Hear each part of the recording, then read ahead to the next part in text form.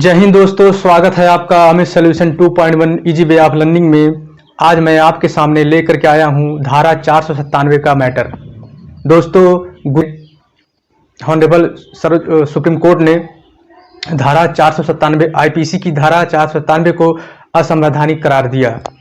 अपने वक्तव्य में उन्होंने कहा कि पति पत्नी का मालिक नहीं और ना ही पत्नी पति का मालिक है। तो ऐसा क्या हो गया देखते देखते दोस्तों। तो आइए देखते हैं धारा 497 क्या है, इसे क्यों असंवैधानिक करार दिया गया। विस्तृत डिटेल में मैं आपसे बात करूंगा और आपको समझाऊंगा क्यों असंवैधानिक करार दिया गया। आइए व्हाइट बोर्ड की ओर चलते हैं बिना देर करते हुए। देखिए यहाँ पर लिखा हुआ है आईपीसी की धारा 497 अपराध नहीं है। क्यों? आइए मैटर जानते हैं क्या है ये धारा 497 क्या है। 1860 में बना अडल्ट्री कानून, 1860 में कानून बना, मतलब अंग्रेजों के समय में बना। ठीक, अडल्ट्री कानून जिसे जार कर्म व्यभिचार तीनों एक ही अर्थ है। अडल्ट्री कानून कहें चाहे जार कर्म कहें चाहे व्यभिचार कहें दोस्तों। ठीक, 150 साल पुराना है। इसके तहत अगर कोई पुरुष किसी दूसरी शादीशुदा औरत के साथ, इसके तहत अगर कोई पुरुष किसी दूसरी शादीशुदा औरत के साथ में उसकी सहमति से शारीरिक संबंध बनाता है तो महिला के पति की शिकायत पर पुरुष को जार कर्म अडल्ट्री कानून का दोषी माना जाता है। ऐसा करने पर पुरुष को 5 साल कैद प्लस जुर्माना या दोनों से दंडित किया जाएगा। दोस्तों क्या होगा?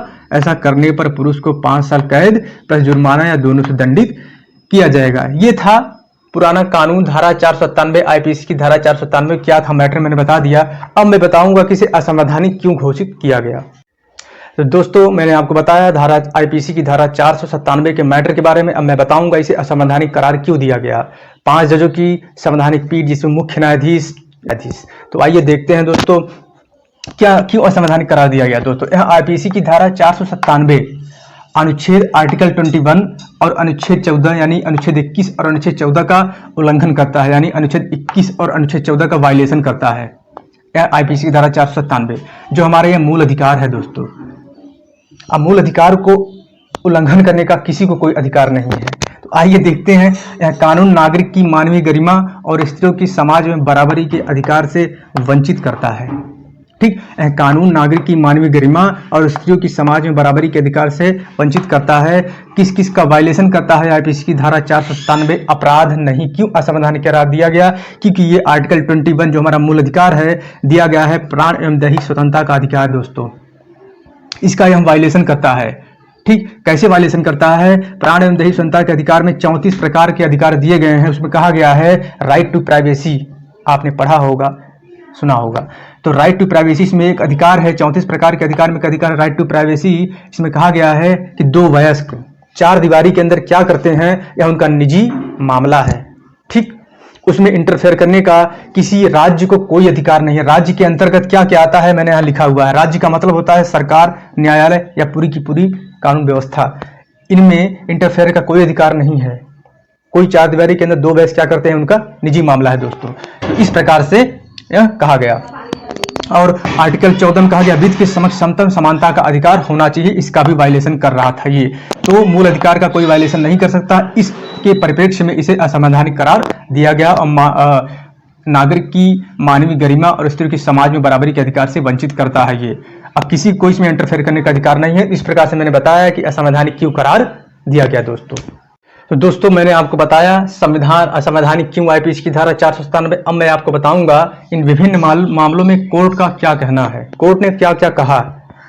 ठीक, आइए देखते हैं। तो कोर्ट ने कहा कि स्त्री की देह पर उसका अधिकार, इससे समझौता नहीं किया जा सकता दोस्तों।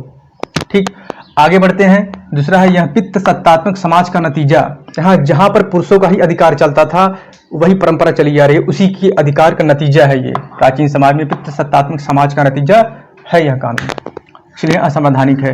तीसरा है पवित्रता सिर्फ महिलाओं के लिए नहीं, पवित्रता सिर्फ महिलाओं के लिए नहीं है, समान रूप से पतियों पर भी लागू, समान रूप से पतियों पर भी लागू हो। ठीक, चौथा है अडल्ट्री जार कर्म जिसे व्यभिचार भी कहा जाता है, तलाक का आधार बनेगा, आधार बना रहेगा, अपराध नहीं माना जाएगा। ये असंवैधानिक करार दिया गया। इसके तहत क्यों अपराध नहीं माना जाएगा, तलाक का आधार कैसे बनेगा, मैं आपको बताता हूँ। देखिए, अडल्ट्री जारकर्म का मैंने आपको बताया था कि जब कोई पत्नी शादीशुदा होने के बाद में किसी गैर मर्द के साथ संबंध बनाती है तो उसमें क्या होगा कि पति पीड़ित होगा, पति जाएगा कोर्ट में, ठीक। तो उसमें क्या था कि 5 साल की जेल प्लस जुर्माना, दोनों दंडनीय अपराध थे। तो अब क्या होगा कि अब जब पति जाएगा उसे अपराधी को सजा दिलवाने के लिए, सजा नहीं मिलेगी इसे, तो क्या होगा, पति पत्नी से असंतुष्ट हो जाएगा। तो वो असंतुष्टि उसे कहाँ ले जाएगी, तलाक के आधार की ओर ले जाएगी दोस्तों। तब क्या होगा, तलाक का ये आधार बन जाएगा।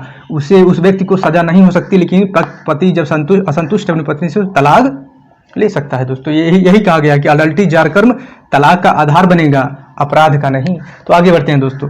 वक्त यह कहने का है कि पति महिला का स्वामी नहीं है। वक्त यह कहने का है, ये मैं नहीं कह रहा हूं दोस्तों, ये आपके सुप्रीम कोर्ट ऑफ इंडिया, सर्वोच्च न्यायालय, न्यायपालिका की सबसे बड़ी न्याय प्रदान करने संस्था सुप्रीम कोर्ट का कहना है कि वक्त यह कहने का है कि पति महिला का। दोस्तों आगे बढ़ते हैं, ठीक। तो अब छठवां है, जो प्रावधान किसी व्यक्ति के सम्मान और महिलाओं के समानता के अधिकार को प्रभावित करता है वो संविधान के लिए सही नहीं है दोस्तों। क्या कहा गया, जो प्रावधान किसी व्यक्ति के सम्मान और महिलाओं की समानता के अधिकार को प्रभावित करता है वो संविधान के लिए सही नहीं है दोस्तों। तो इस प्रकार से मैंने आपको बताया धारा 497 असंवैधानिक क्यों, क्या था पहले, क्या से क्या हो गया, सारी डिटेल में मैंने चर्चा की। तो दोस्तों आशा ही नहीं विश्वास है कि आपको ये समझ में आया होगा, ठीक है। मिलते हैं आपसे नेक्स्ट वीडियो में। जय हिंद।